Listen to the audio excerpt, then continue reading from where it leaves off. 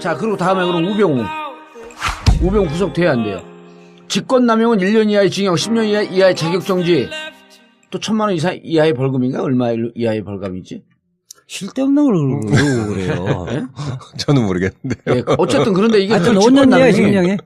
아니야, 직권남용 1년 이하의 징역 아니에요? 아니 5년 이하의 징역. 5년 이하의 징역이야? 어쨌든 뇌물 그 공여죄도 5년 이하의 징역인데. 직권남용도 5년 이하예요? 예. 근데 사안이 아니 근데 직권남용 갖고 구속시키는 경우가 잘 없잖아요. 아니 사안이 중대하면 죄질이 나쁘면 구속시키죠.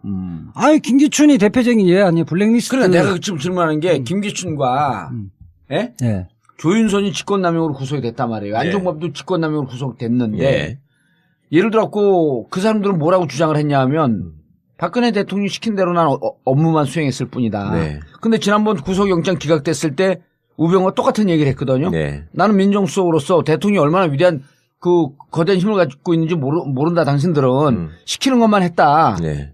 직권남용 아니다. 근데 시키는 것만 했다라고 했던 김기춘, 조윤선 다 구속됐거든요. 네. 근데 우병우는 왜 구속을 안 시켜? 이제 구속 앞으로 이제 되나요? 하겠죠. 저는 뭐 우병우를 구속시키고 2기 특수본은 일단 자기들의 과업은 다 끝났다고 볼 가능성이 높다고는. 이게 지금 우병우를 구속시키지 않으면 네. 이영렬 김순환. 본부장, 김순환 검찰총장이 자유로울 수가 없는 거거든요. 예. 봐줬다고 일반 국민들이 대부분 그렇게 생각하고 있거든요. 그리고 우병우는 김기춘하고 좀 달라요. 김기춘은 그 정윤의 문건 파동이 예.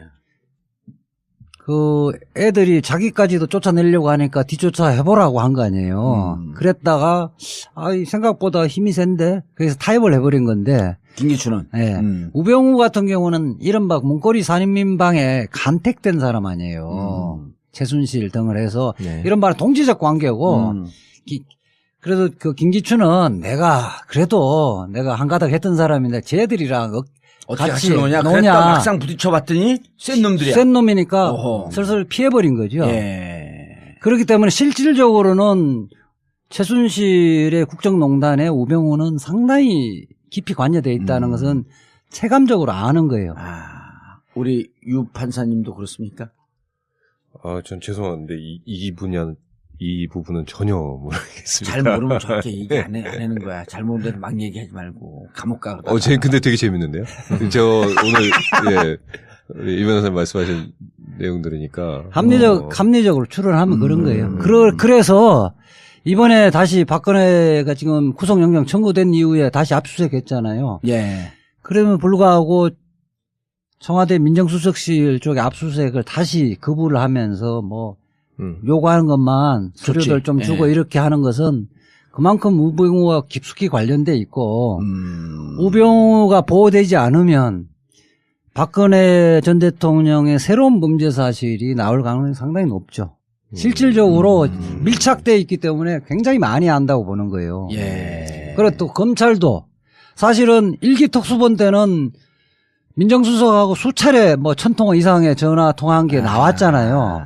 그러니까 우병우를 제한적 범위에서 준 것만 서류를 받아온 건 더 이상 확전을 안 하겠다라고 하는 의지고. 그렇죠. 추가 범죄하지 않고 요 정도 밝혀진 데서 딜을 한다고 봐요. 딜을 하고 그 정도 범위에서만 예. 우병우를 구속할 것이다. 그래 구속은 피할 수 없는데 이 정도 카드로 해서 마무리하자. 요즘 소설을 많이 써. 그렇지 않으면 우병우도 만만한 놈이 아니니까 나만 죽지 않는다 이렇게 나와버릴 가능성이 근데 있죠. 구속되는 거로 타협을 했다는 거야?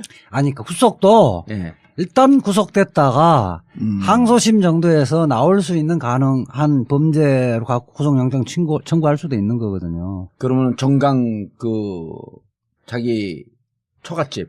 근데 그런 개인 비리. 그 부분 갖고는 이게 이제 본류에서 벗어난 거니까 이른바 찌개다시잖아요. 본류에서 벗어난 거니까 안 돼요. 안 되고 이 본류에서 직권남용 부분은 좀 그 중에 하나는 산뜻한 걸 갖고는 하겠죠. 판단을 좀 해줘봐. 저 얘기가 맞아? 아니 제가 판단할 주제는 아니지만 굉장히 설득력 있는 말씀이죠. 그러니까 우리 이제 지금 이재화 변호사님하고 우리 유지연 변호사님의 그 신중하고 또 조금 더 적극적인 입장의 차이가 왜 있냐면 우리 이제 얼마 전까지 판사를 했던 사람의 입장에서는 명확하게 드러난 제시되는 범죄 사실과 증거가 어느 정도 있지 않은 상황에서 판단을 요구하면 준비가 안 됐어요. 제가 오늘 이게... 주제가 이건지 모르고 준비가 안 돼가지고. 그것도 해요. 그리고 우병우가 누군 줄 알잖아. 무슨 짓 한 줄도 알고. 근데 우병우는 지금 특검이 보면은 그 민정비서관이었던 윤장석이를 시켜가지고 뭐 한 거, 뭐 이런 얘기들이 지금 흘리고 있더라고요. 이거 과거에 영장 청구를 했을 때도 공무원들이 와가지고 숨어당한 거 그런 것들이 다 진술이 포함돼 있었다는 거거든요. 근데 이제 그때 영장이 기각됐을 때의 이유를 굳이 따져보자면 그런 진술들은 있었으나 청와대에 대한 조사나 압수수색이 없어가지고 뒷받침할 수 있는 물증, 수첩관이나 전화 같은 이런 게 없으니까 아까 이제 처음에 말씀하신 것처럼 법정형이 가벼운 범죄기, 낮은 범죄이기 때문에 판사 입장에서 그냥 쉽게 미우니까 발부한다고 해서 발부할 수는 없었던 면이 있을 수 있어요. 뭐 신중히 판단하는 게 맞는 면이 있는데 지금 우병우의 입장에서 생각을 해보자면 우병우 입장에서도 구속되는 게 낫다고 봐요, 나는. 버티다가 더 큰 혐의 사실을. 그러니까 문제가 나오기 전에 어차피 정권은 바뀌는 것이고. 그러면 정권 바뀌는 검찰이 지금은 예를 들면 김수남, 이영렬이가 지가 시켜준 사람이니까 좀 싸게 칠 수 있다. 싸게 치거나 봐줄 수 있는 가능성이 일부라도 있지만 그럼 정권이 바뀌고 나서도 그러면 검찰이 우병우는 여전히 보호할 것이냐? 절대 그렇지 않거든. 그걸 누구보다 잘 아는 사람이 우병우 아니에요.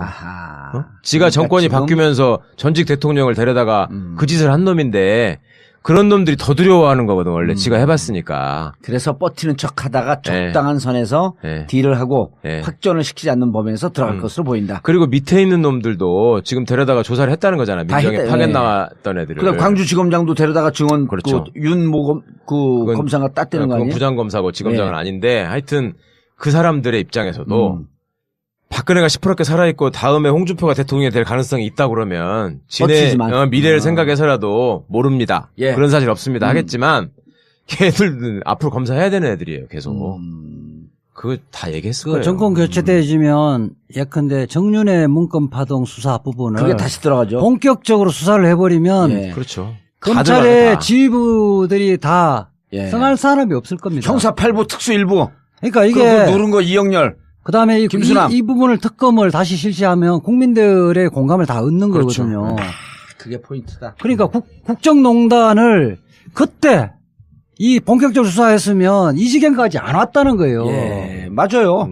그리고 보면 이게 그러면 이 문건에 있는 내용이 실체가 있는 건지 문건의 내용대로 국정농단이 진행됐던 건지 이 부분을 하나도 안 보고버리고 유출 물꼬를 그 수사의 물꼬를 그러니까 그때 바꿔버렸잖아요. 핵심은 그거에 명예훼손이라고 그러니까 언론 출판물에 의한 명예훼손이라고 하니까 그 형사 8부하고 특수 1부인가 그쪽에서 이거 명예훼손이라는데 좀 이상하다. 그럼 명예훼손 당했다라고 하는 정윤회하고 최순실 한번 정윤회 좀 조사를 해봐 가택 압수수색 해봐야 되는데 그러니까 김수남이가 그랬다는 거 아니에요. 중앙지검장이 야 피해자인데 왜 거기를 압수수색을 해? 그러면서 그때 눌렀는데 만약 그걸 누르지 않고 제대로 수사를 하고 이게 명예훼손이 아니라 사실은 미행을 했네? 문고리 권력 있었네? 이 십상시 있었네? 라고 하는 게 그때 판단이 됐으면 여기까지 안 왔던 거지. 그럼요. 최순실의 실체도 그때 밝혀냈던 거죠. 그리고 만약에 지금 정권이 교체된 상태에서 그때 당시 사건을 특검이 들어가게 되면 김수남이가 그때 어떻게 찍어내렸는지가 나오는 거지. 김수남뿐만 아니라 검찰이 전체 조직이 전체가 파괴되는 거죠. 그렇게 되시면 알겠습니다. 검찰총장부터 수사검사까지 다 연루돼 있는 거 아니에요.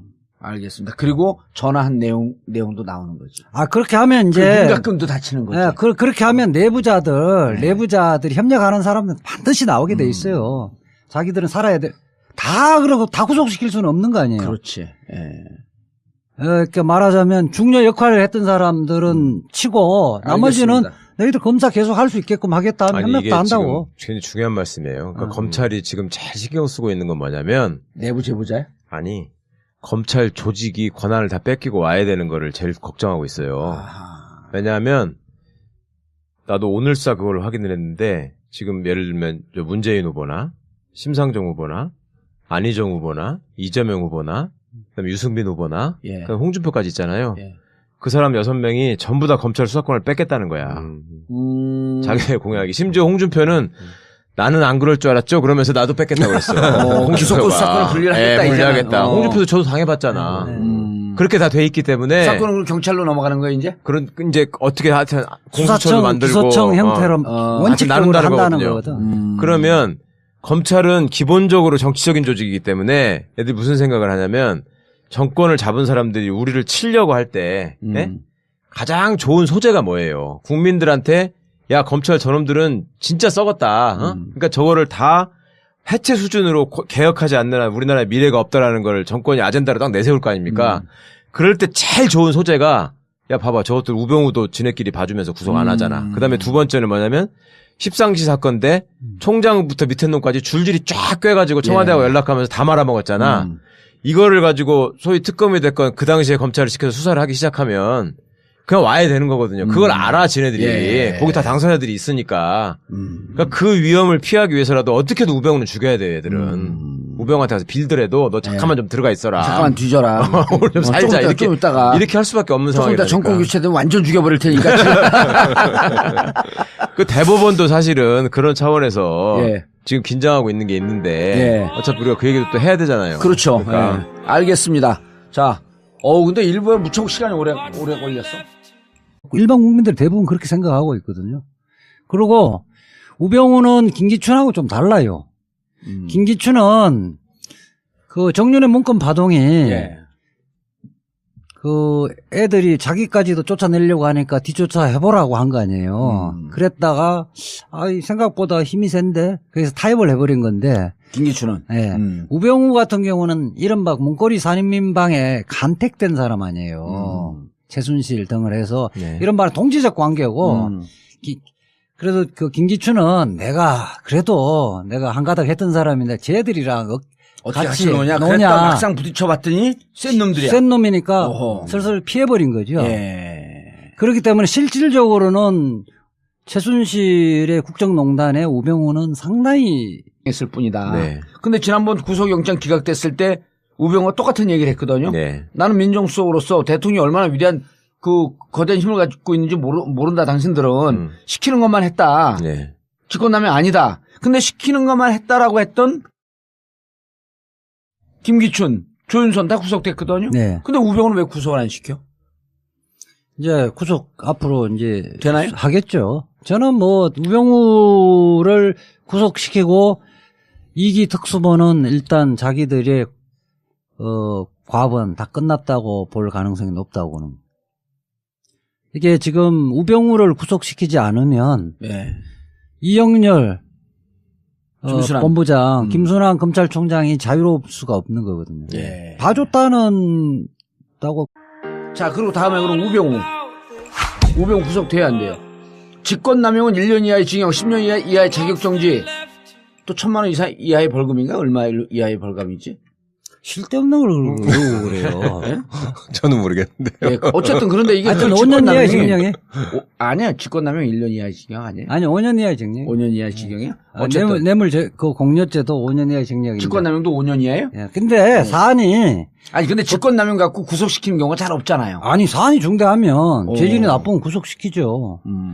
김기춘이 대표적인 예 아니 블랙리스트. 그래 내가 지금 질문하는 게 김기춘과 조윤선이 직권남용으로 구속이 됐단 말이에요. 안종범도 직권남용으로 구속됐는데 예를 들었고 그 사람들은 뭐라고 주장을 했냐면 박근혜 대통령이 시킨 대로 난 업무만 사실이 나올 가능성이 상당히 높죠.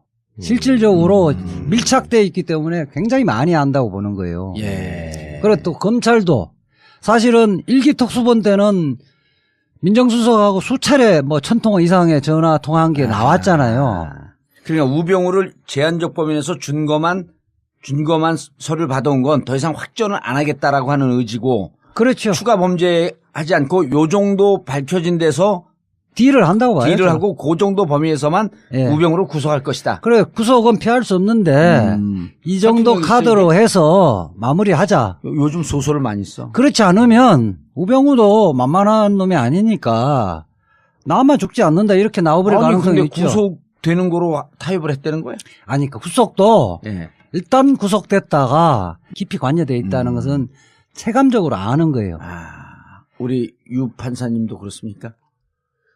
전 죄송한데 이 부분은 전혀 모르겠습니다. 잘 모르면 절대 얘기 안 하는 거야. 잘 모르는 데는 막 얘기하지 말고 감옥 가.